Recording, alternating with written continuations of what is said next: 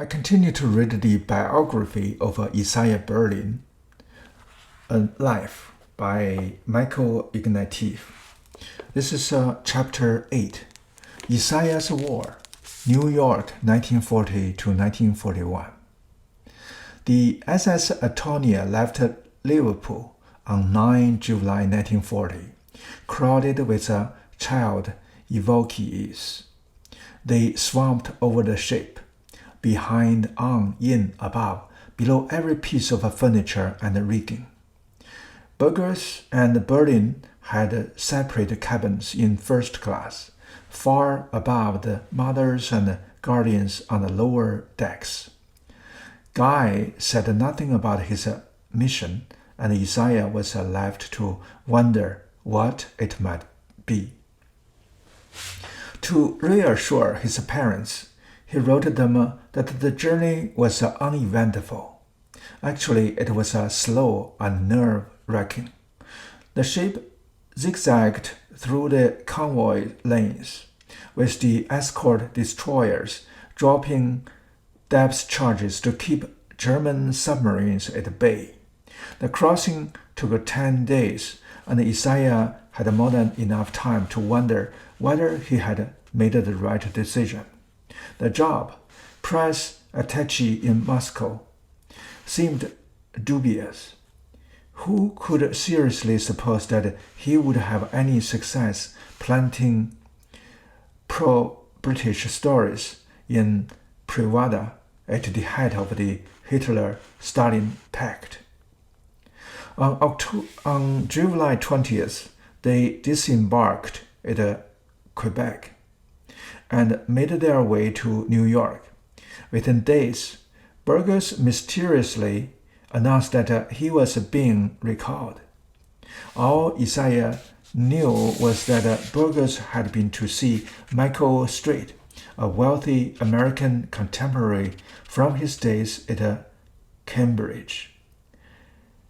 He had no idea that Strait and Burgers were communists, and that at least one of them was an active Soviet agent. In retrospect, it is clear that Burgers had used his connection with Harold Nicholson at the Ministry of Information to arrange a visit to Moscow, courtesy of His Majesty's government, with the innocuous Berlin to serve as a cover. Once the journey was underway, either Moscow or London changed its mind. Probably the latter. Isaiah later believed that someone in British intelligence, perhaps Victor Rothschild, decided that Burgers was too unreliable, on personal rather than political grounds, to be trusted and had him recalled. On his return, Burgers was dismissed from intelligence and fetched up in the BBC. Of all this, Isaiah had not the slightest inkling. All he knew was that he was now left high and dry. It does seem extraordinary that he should have thrown up his teaching job, crossed the North Atlantic in the middle of war, and set off for Moscow.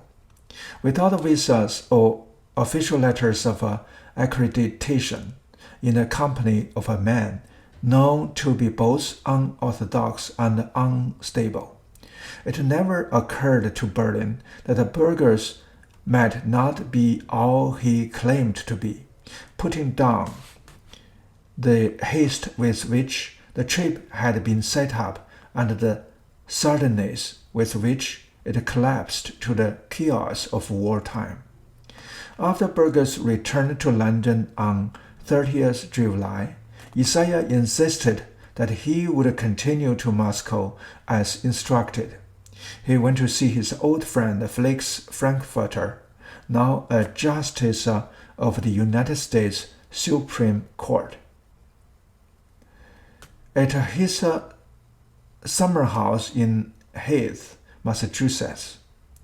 There he met the liberal theologian Reinhold Niebuhr, whose Zionist convictions, liberal opinions, and personal charm won Isaiah over immediately.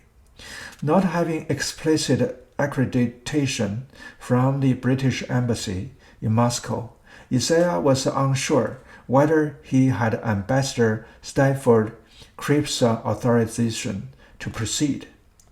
Niebuhr said that he was an old friend of Cripps and would write to him immediately. Berlin went on to Washington to stay with his friend from All Souls, John Foster, who was a legal counselor to the British Embassy. He addressed a second request through Foreign Office channels for permission to continue to Moscow. He also went to the Soviet Embassy in Washington to secure a visa. The Russian ambassador invited Isaiah to lunch. They engaged in steely banter in Russian. Why, Isaiah wanted to know, had the Soviets just occupied his birthplace Riga and snuffed after the independence of the Baltic republics? Quote, New Deal for Latvia, New Deal for Estonia, New Deal for Lithuania. End quote. The ambassador replied with an ingratiating smile before authorizing the visa. The fact that the Soviets cleared the way for his visit made it all the more humiliating when, several weeks later, Stafford Cripps replied that Niebuhr's letters was the first notification he had had of Berlin's mission. He could see no useful function for Berlin in Moscow, and besides would find it inconvenient to have on his staff someone of a Latvian origin. An equally chilly note from Fitzroy MacLean of the Foreign Office arrived, saying that His Majesty had no desire to employ Mr. Berlin in any capacity. There were not many times when depression and self-pity took hold of Isaiah, but this was one of them. He took refuge in a friend's suite in the Shoreham Hotel in New York throughout August 1940. Unable to do anything in the dog day heat, except read Dickens and feels pathetically Dickensian himself, quote, like a comic litigant ground by the law courts into farcical scholar. End quote. He stared down at the ant-like figures streaming up the avenues far below and felt morbidly insignificant and worthless. The New York papers were full of the Battle of Britain and the first bombing of London. His mother had moved into his rooms at New College. His father joined her on the weekends, but continued to work in the city even as the bombs fell. Compounding Isaiah's anxiety were rumors of imminent Nazi invasion. He now feared that being marooned in New York while his aging parents were dispatched to a concentration camp. He had set off in July, imagining that he was going to make a dashing contribution to the war effort. Now the bombs were falling on London, and he was in a shameful safety in New York, doing nothing, at the taxpayer's expense. This mood of self-castigation was not lifted by an evening spent with the most notorious escapee from England, Winston Alden. The meeting was not a success. Isaiah had never approved of Alden's decision to leave England, and now, having left himself, felt his own guilt even more keenly. When Berlin laid out his vows in a letter to Harold Nicolson at the Ministry of Information, Nicolson airily replied that he had never had much faith in the Moscow venture anyway. As for returning to England, he advised Isaiah to stay put in New York and not to indulge in the sentimentality of a bomb dodging among the mouldering cloisters of Oxford. Nor were his spirits lifted by his exposure to the great, big, glaring sunlight controvert over articulated scene of America. In a letter to his father, he admitted that Americans were open, vigorous, 2 times 2 equals 4 sort of people, who want yes or no for answer. But he longed for the company of a people with a European nuance. To his Oxford friend Mary Fisher, he confessed that he was miserably homesick for the complex and mysterious social maze of Oxbridge. There were no mazes in America, nothing but flat, clear vistas. Conversations with Americans were equally disappointing, a total lack of salt, pepper, mustard. Despite this disdainful first impression, he was already meeting Americans who were to become friends for life. At John Foster's, he met a young journalist, Joe Alsop, who had the twin attractions of being a relative of the president and a loquacious observer of wartime Washington. Through Frankfurter, Isaiah was introduced to several key figures in Roosevelt's Washington, particularly Ben Cohen, a lawyer with a lugubrious drawl from South Bend, Indiana, who had drafted much of the key legislation of the New Deal.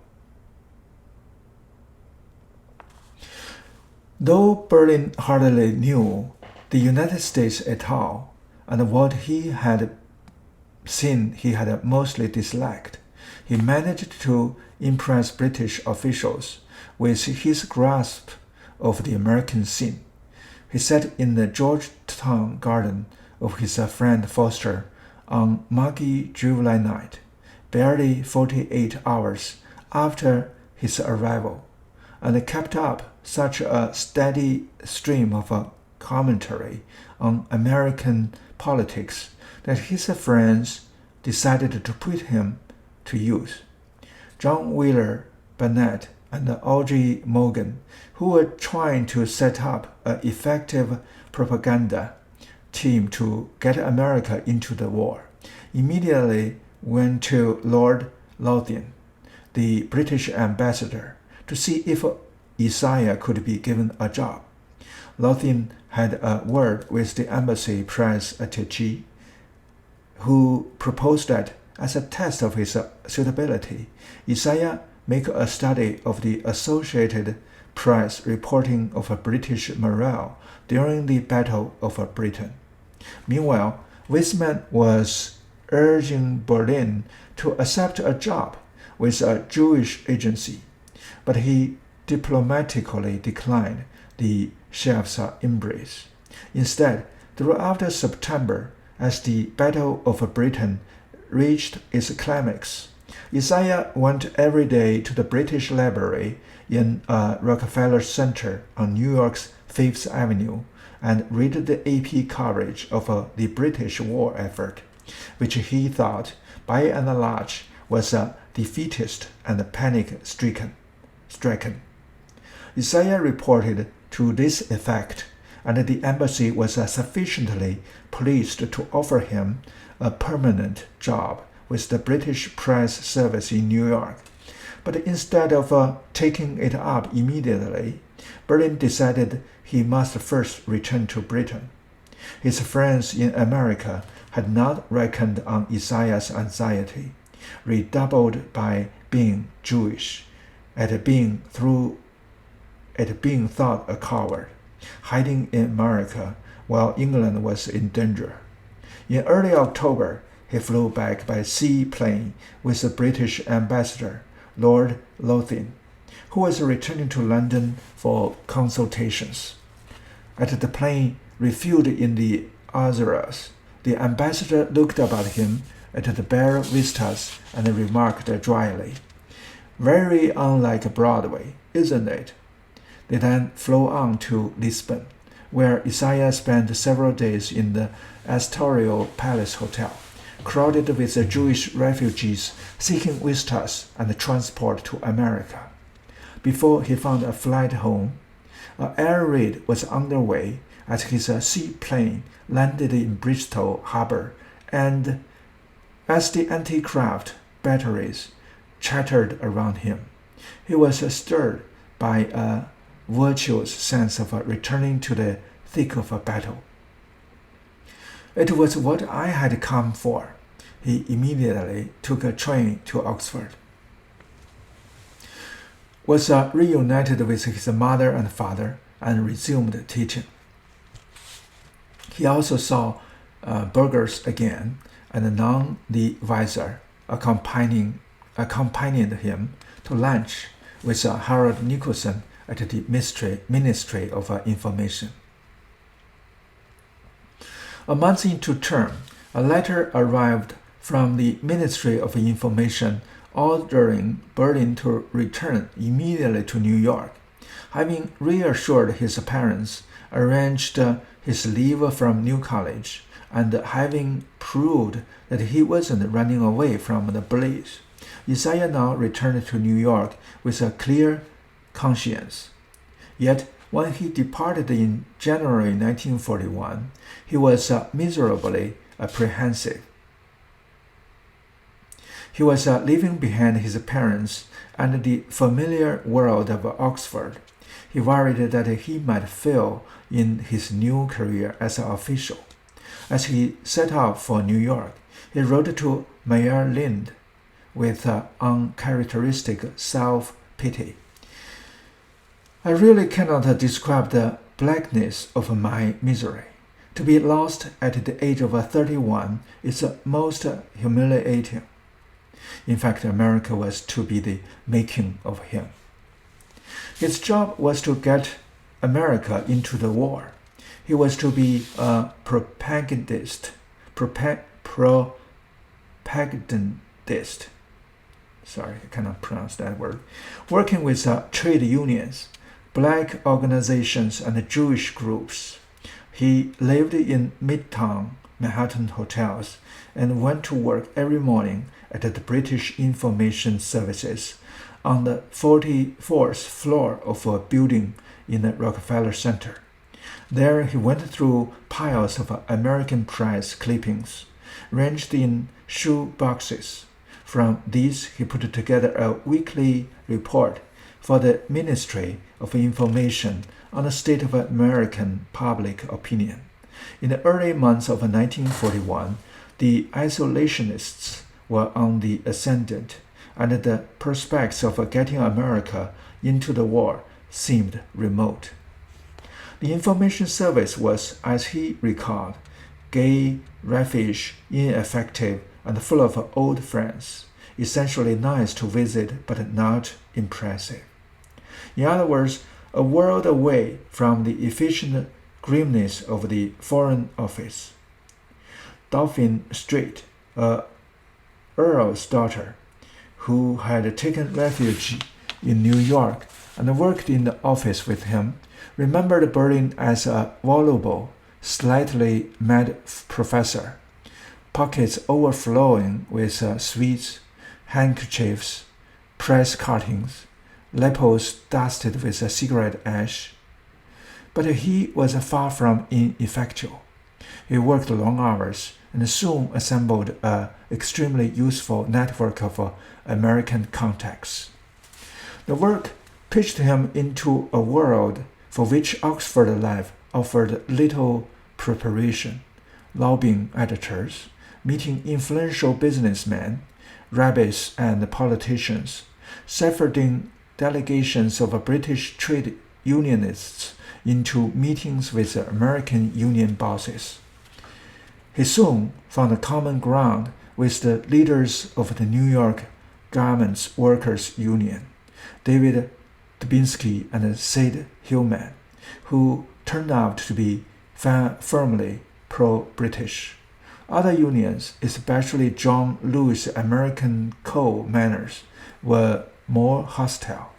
They didn't take kindly to the British Information Service's attempts to draw American workingmen into an imperialist war, and they were resisting to British-inspired campaigns to get unions to defer strike action until the war's end. Other unions were suspicious of British attempts to influence their internal elections in a pro-British direction. But he began to love America. He sent his friends excited descriptions of his adventures in the alien world. From the CIO convention in Detroit in November 1941, where he had accompanied some hefty specimens from the British trade union movement, as well as the less than hefty Deputy Prime Minister Clement Attlee. He described how all the German-born delegates from Milwaukee and Wisconsin and Minnesota bought thumbs-up badges of British war relief offered to them by a very homely Jew who later took me to a kosher restaurant. A lunatic world, he said, but one he was making his own. While the British campaign against American neutrality became more effective during the course of 1941, it stood little chance by itself of turning the tide of opinion. Berlin came to believe that Roosevelt wanted to win the war without actually having to fight it. In this, he judged American opinion correctly.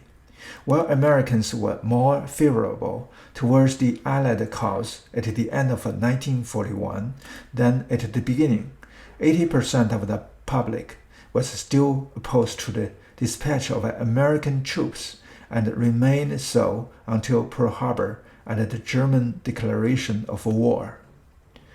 Berlin's work may have changed a little, but it certainly changed him. He took to it with avidity, attracted by America's vitality and amused by its vulgarity. He discovered in himself a journalist's ear for gossip and intrigue, and gave himself entirely to becoming his government's eyes and ears in the New World. The experience was subtly altered his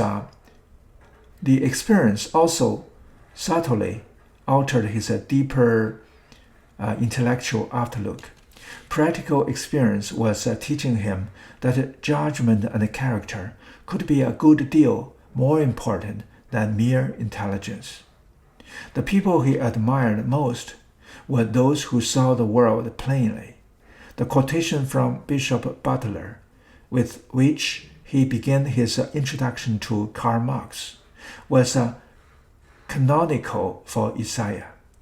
Quote, "Things and actions are what they are, and the consequences of them will be what they will be.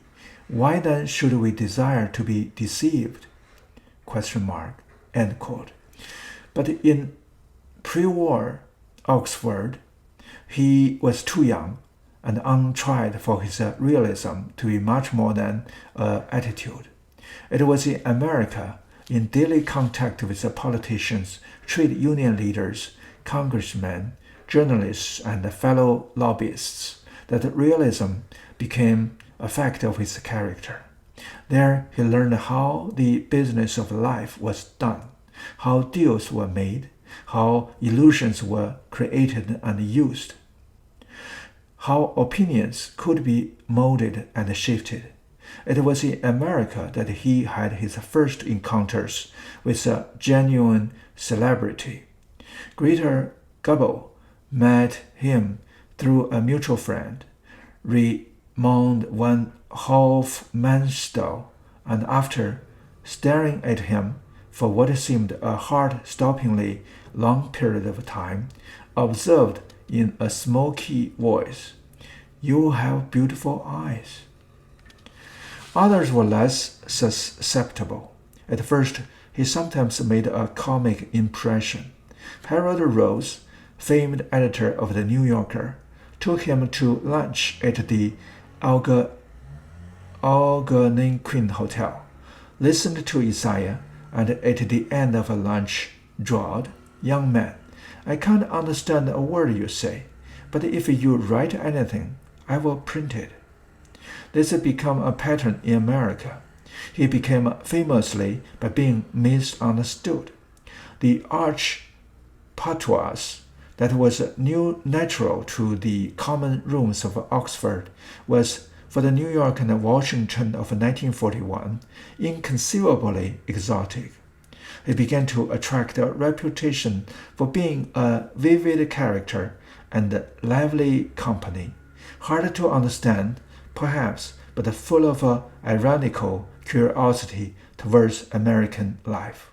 Americans loved to hear their country described in his rapid-fire, semi-Martian vernacular. His work with the trade unions was interesting, but the barriers of class, experience, and education prevented him from becoming anything more than a visiting anthropologist in their midst. Work with Jewish organizations was a very different matter. The British White Paper of 1939, banning further Jewish immigration, and so envisaging Jews as a permanent minority within a Palestinian state, had disillusioned American Jewish opinion, keeping American Jewry sympathetic to the British cause was not easy. In Palestine, Jewish underground groups, with the exception of the Stern Gang, ceased their campaigns against the British, and the British Special Operations Executive began training Jewish underground fighters as guerrillas in preparation for the expected invasion of Palestine by Rommel's Afrika Korps, then advancing towards Cairo. The Jewish Agency demanded that, in addition to these guerrilla forces, a Jewish army be created for the defense of Palestine. If there were Czech, Polish, and Free French units in the Allied forces, why shouldn't the Jewish fight as Jews for the Allied cause? Berlin had to defend the official line that a Jewish army was unnecessary, because Jews could always enlist as individuals in the British armed forces, and harmful because a Jewish fighting force would alienate the Arabs and might one day be turned against the British themselves. The former of these reasons could be stated publicly. The latter was not for public consumption. For the first time, Isaiah had to learn to say one thing and believe another. On his arrival, the New York office dispatched him to meet Rabbi Stephen Weiss, President Roosevelt's chief fixture in New York Jewish politics, and the most influential Jewish leader of his day. Isaiah told his parents that Weiss was erratic, noisy, unreliable, but also had imagination, courage, and a golden heart. Next, Felix Frankfurter provided Berlin with an introduction to the governor of New York, Herbert Lehman, whom he found to be like a little brown bear, swinging his legs from his chair. But the figure who made the greatest impression was a Supreme Court Justice, Louis Brandeis, whom Berlin approached with reverence as a saint and a gentleman, a kind of a Jewish Lord Balfour. By then, Brandeis was within months of his death, and he was a shrunken shell inside his black judicial robes.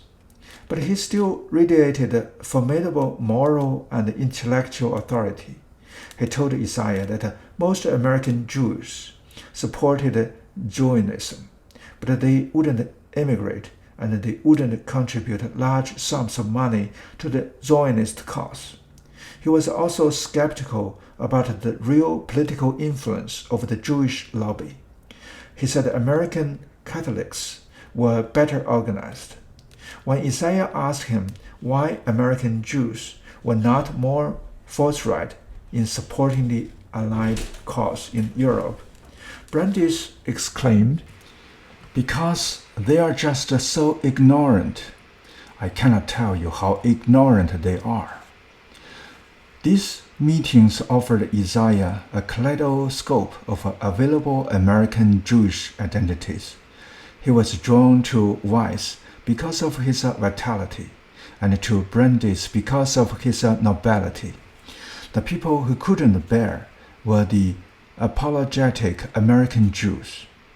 Edward Warburg, spoiled scion of the prominent banking family, Arthur Crook, and Walter Lippmann, the two most famous columnists of their day, who both gave the impression of writhing inwardly at the very fact of being Jews.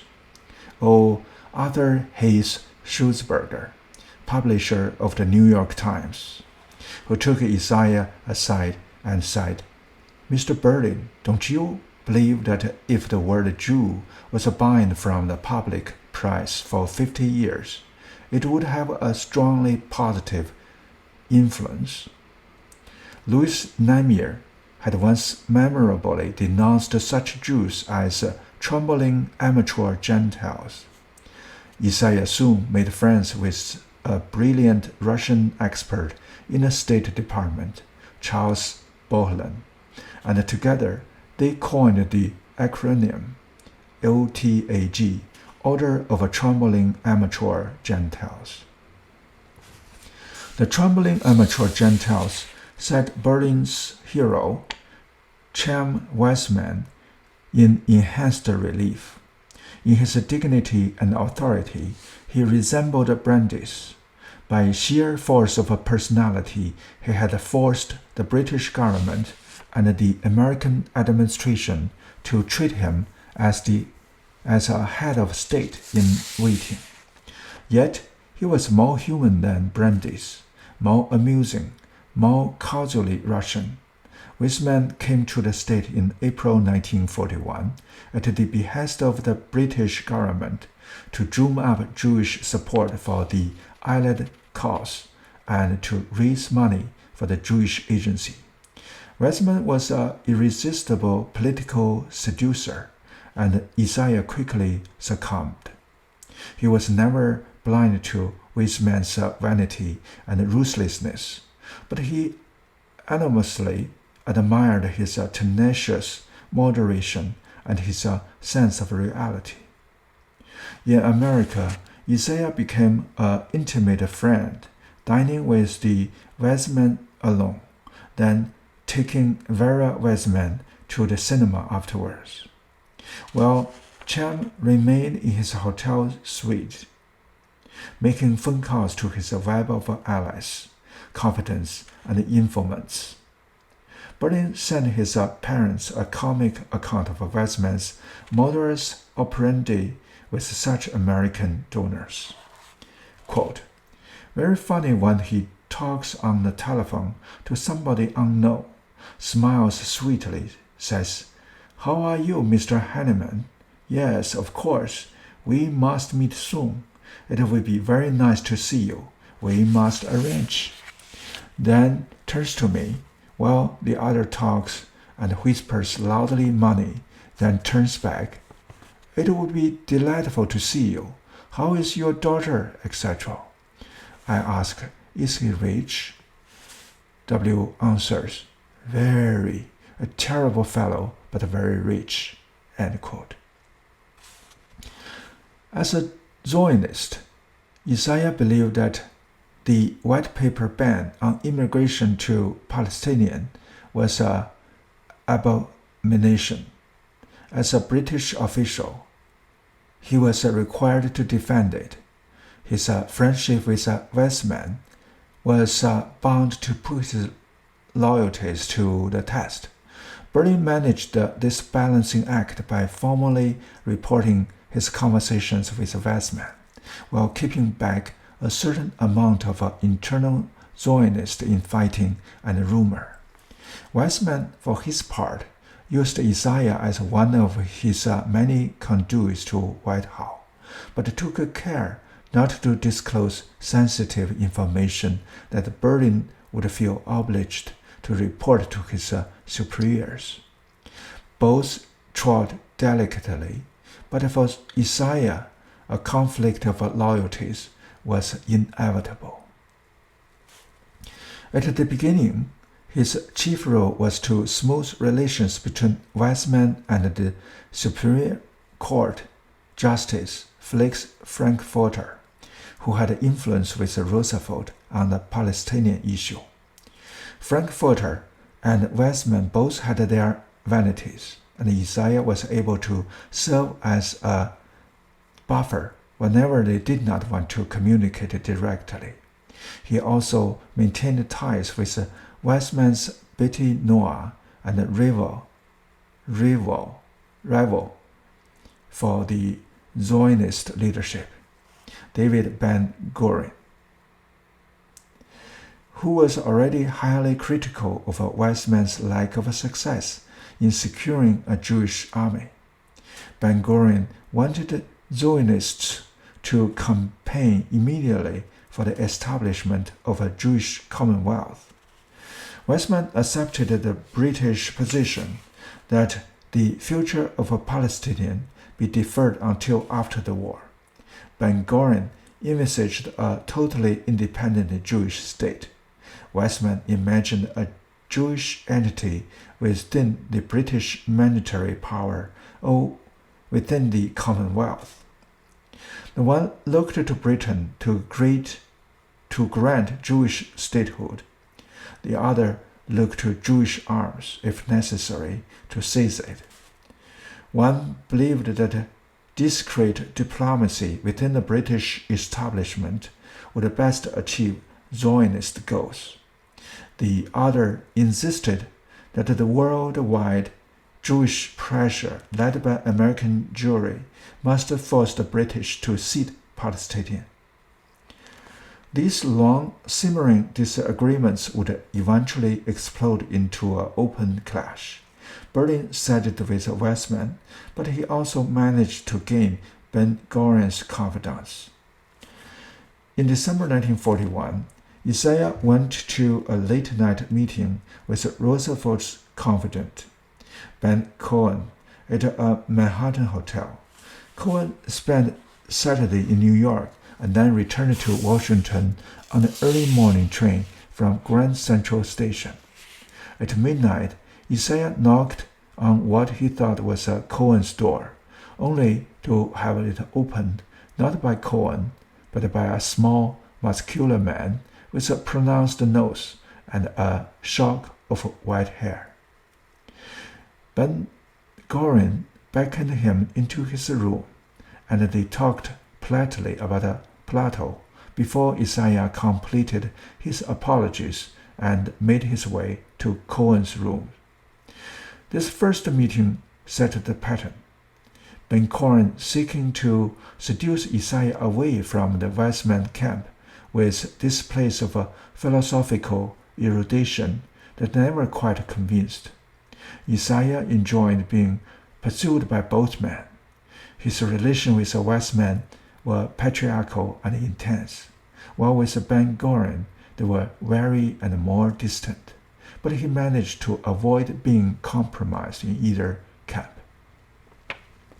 For a time, Berlin must have thought that he could be as indiscreet as he wished in private about British policy, provided he told the Foreign Office line in public.